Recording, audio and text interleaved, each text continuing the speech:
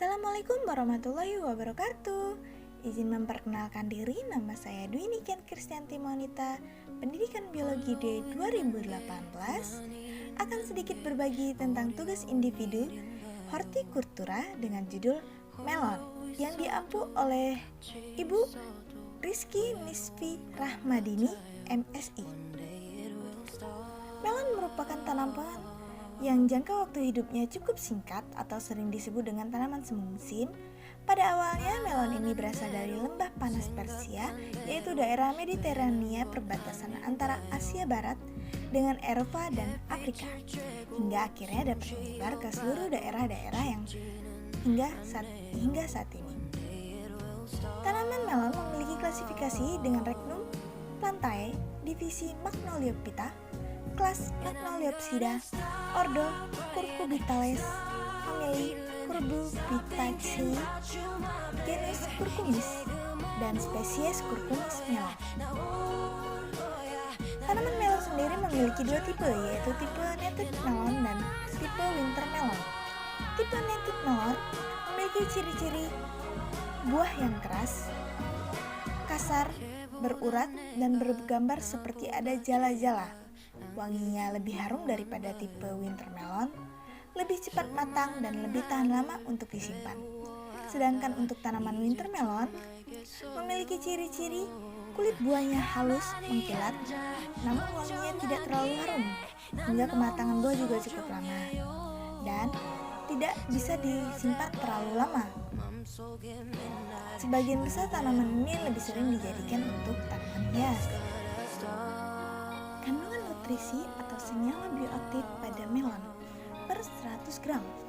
Komposisi kimianya antara lain adalah energi sebesar 21,0 kalori, protein 0,60 gram, lemak 0,10 gram, karbohidrat 5,10 gram, kalsium 15,00 mg, fosfor 25,00 mg, serat 0,30 gram, zat besi 0,50 mg, vitamin A 640 EZ, vitamin B 0,03 mg, vitamin B2 0,02 mg, vitamin C 34,00 mg, niaci 0,80 gram, air 93,8 gram.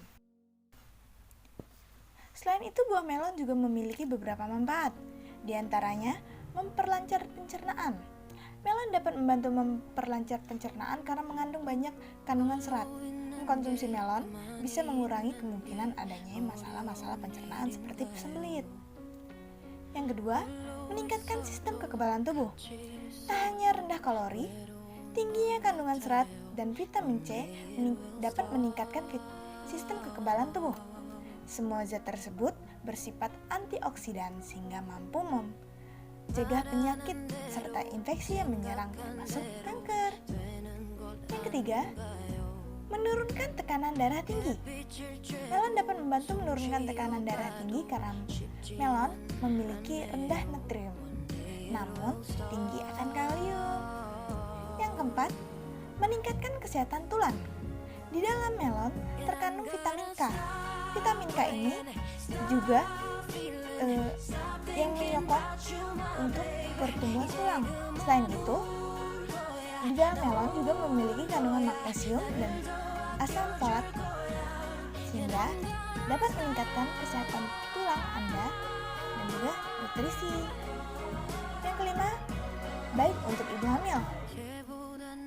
Kandungan asam folat yang tinggi dalam buah melon dapat membantu memproduksi dan memelihara sel-sel baru, terutama pada ibu hamil, sehingga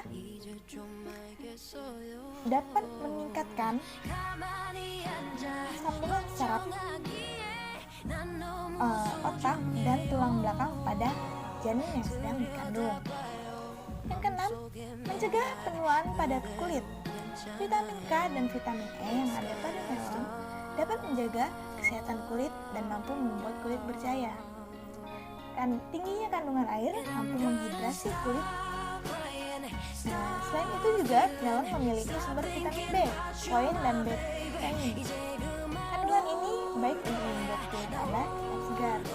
Tak hanya itu, vitamin A dan vitamin C yang tinggi dalam melon juga dapat mendorong regenerasi kulit, sehingga dapat dikatakan mengkonsumsi melon mampu mempertahankan elastisitas kulit dan memfasilitasi sintesis kolagen sehingga memberikan manfaat anti penuaan pada kulit.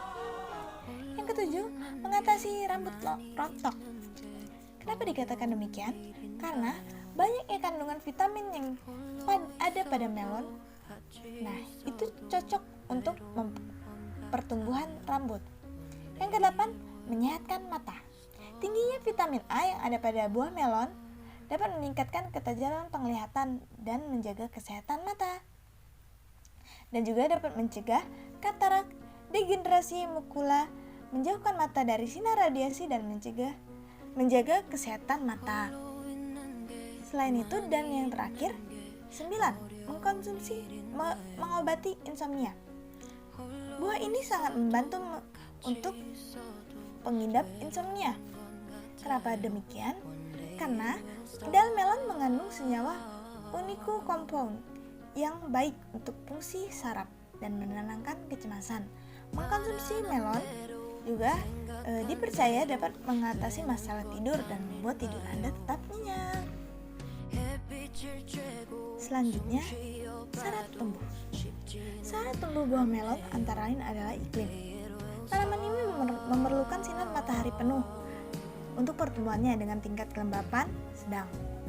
Selain itu, tingkat kelembapan yang sedang ini juga mempengaruhi hama-hama pada tanaman melon.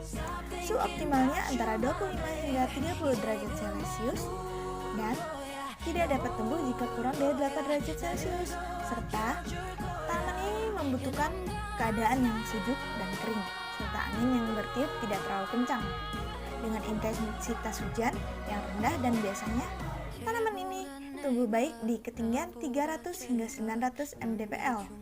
Bila lebih, maka tidak akan optimal. Yang selanjutnya adalah media tanam. Tanaman ini memerlukan media tanam tanah liat yang berpasir, yang banyak mengandung bahan organik, terutama andesol, latasol, regosol, dan grumosol. Untuk memenuhi kandungan ini, dapat ditambahkan dengan pengapuran atau pemupukan. Selain itu, tanahnya tidak boleh terlalu basah. pH-nya harus antara 5,8 hingga 7,2 saja. Selanjutnya yaitu teknik dan cara budidaya, yang dibagi menjadi 6 sub, yaitu pembibitan, penyemaian benih, pemeliharaan pembibitan, pengelolaan media tanah, teknik penanaman, dan pemeliharaan. Yang pertama yaitu pembibitan. Syaratnya indukan yaitu sehat, kuat, dan berproduksi optimal.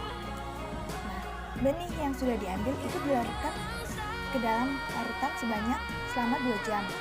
Kemudian, benih yang baik itu adalah benih yang tidak mengambang atau berada pada dasar air. Perlakuan benihnya yaitu hanya perlu dilakukan pencucian, perendaman, dan pemerahan, serta perlu media yang 10% lebih besar daripada media penyiraman media tanah. Pembibitannya ada 2 cara, yaitu secara generatif dan secara vegetatif. Secara generatif ditandai dengan munculnya bunga. Pada fase ini dapat dioptimalkan dengan memperbanyak pemberian pupuk yang mengandung unsur fosfor untuk memperkuat akar dan pembentukan biji. Dan yang kedua yaitu secara vegetatif atau kultur jaringan. Media tanah yang digunakan harus memiliki garam. Nah, garam-garam penyusun ini harus mengandung tiamin, methionine, sukrosa. Nah, dari nama-nama yang saya sebutkan tadi atau unsur-unsur tadi itu adalah yang menjadi penyokong utamanya.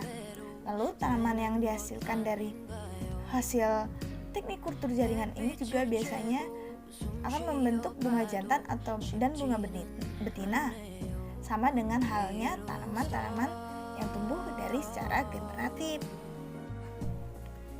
Teknik penyemaian benih. Teknik penyemaian benih dibagi menjadi dua, yaitu cara dan waktu. Benih yang akan disemai terlebih dahulu direndam selama 2 hingga 4 jam, kemudian disemapi pada media tanah yang berisi tanah dan pupuk kandang dengan perbandingan 5:1. Benih ini disebar dengan posisi tegak dengan ujung calon akar menghadap ke bawah, kemudian ditutup dengan abu sekam dan tanah dengan perbandingan 2:1 supaya tanaman dapat tumbuh baik dan tidak mudah rebah.